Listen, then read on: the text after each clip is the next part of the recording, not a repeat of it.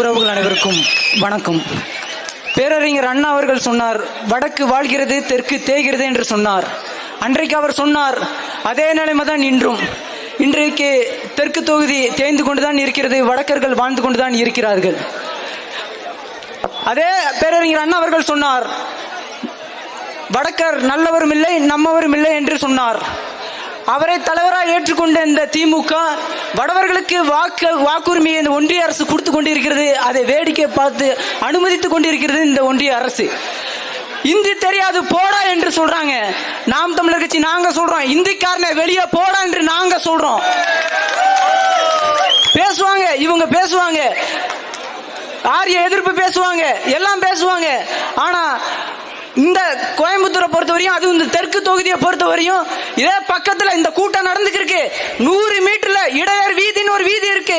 இந்த இடையர் வீதியில பெங்காலிகள் அதிகமா நாங்க இருக்கோம்.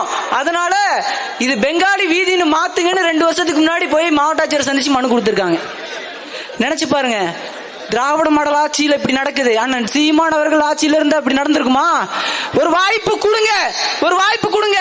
நாம் பார்க்கிறோம், நிலத்துல இன்னைக்கு ஆதிக்கம் செலுத்துறாங்க, பொருளாதாரத்துல இன்னைக்கு வடவர்கள் ஆதிக்கம் செலுத்துறாங்க, நாளை அரசியலும் ஆதிக்கம் செலுத்துவாங்க. எப்படி சொல்றோம்? பாலஸ்தீன நாட்டை பத்தி நம்ம படிக்கிறோம். முழுவதும் யூதர்கள் எப்படி அந்த பாலஸ்தீன நாட்டை அடைந்தார்கள் என்று நம்ம படிக்கும் போது, முதலில் பொருளாதாரத்தை கையில் எடுத்தார்கள், பிறகு நிலத்தை கையில் எடுத்தார்கள், அதன் பிறகு நாட்டை அந்த பூர்வகுடி மக்களிடம் இருந்து விரட்டி அடித்து அந்த மக்களை நாடற்றவர்களாக மாற்றினார்கள். அதே போல இந்த கோவை தெற்கு தொகுதியிலும் இந்த சைடு மார்வாடிகள், இந்த சைடு பெங்காலிகள், இன்னைக்கு தமிழர்கள் குறைந்த எண்ணிக்கையில் வாழ்ந்து கொண்டிருக்கிறார்கள்.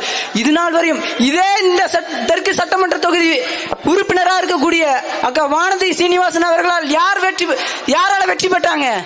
தமிழர்கள் ஓட்டு போட்டா தமிழர்கள் பொருளாதார உதவி பண்ணியா? இல்ல, முழுக்க வட மாநிலத்தவர்கள், மார்வாடிகள், பெங்காலிகள், இவங்க வாக்கு செலுத்தி தான், இவங்க பொருளாதார உதவி பண்ணி தான் வானதி சீனிவாசன் அவர்கள் வெற்றி பெற்றாங்க.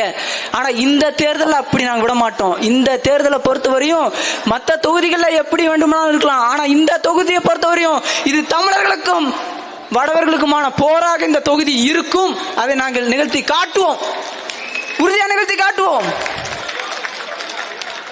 இந்த பகுதியில் நிலத்தை இழந்தால் பலத்தை இழப்போம்னு நம்ம சொல்றோம். ஏன் இந்த தலைப்புல இந்த இடத்துல நாங்க கூட்டம் போட்டோம்னா, இந்த இடத்துல நகை தொழில தமிழர்கள் கொடிகட்டி பறந்தார்கள்.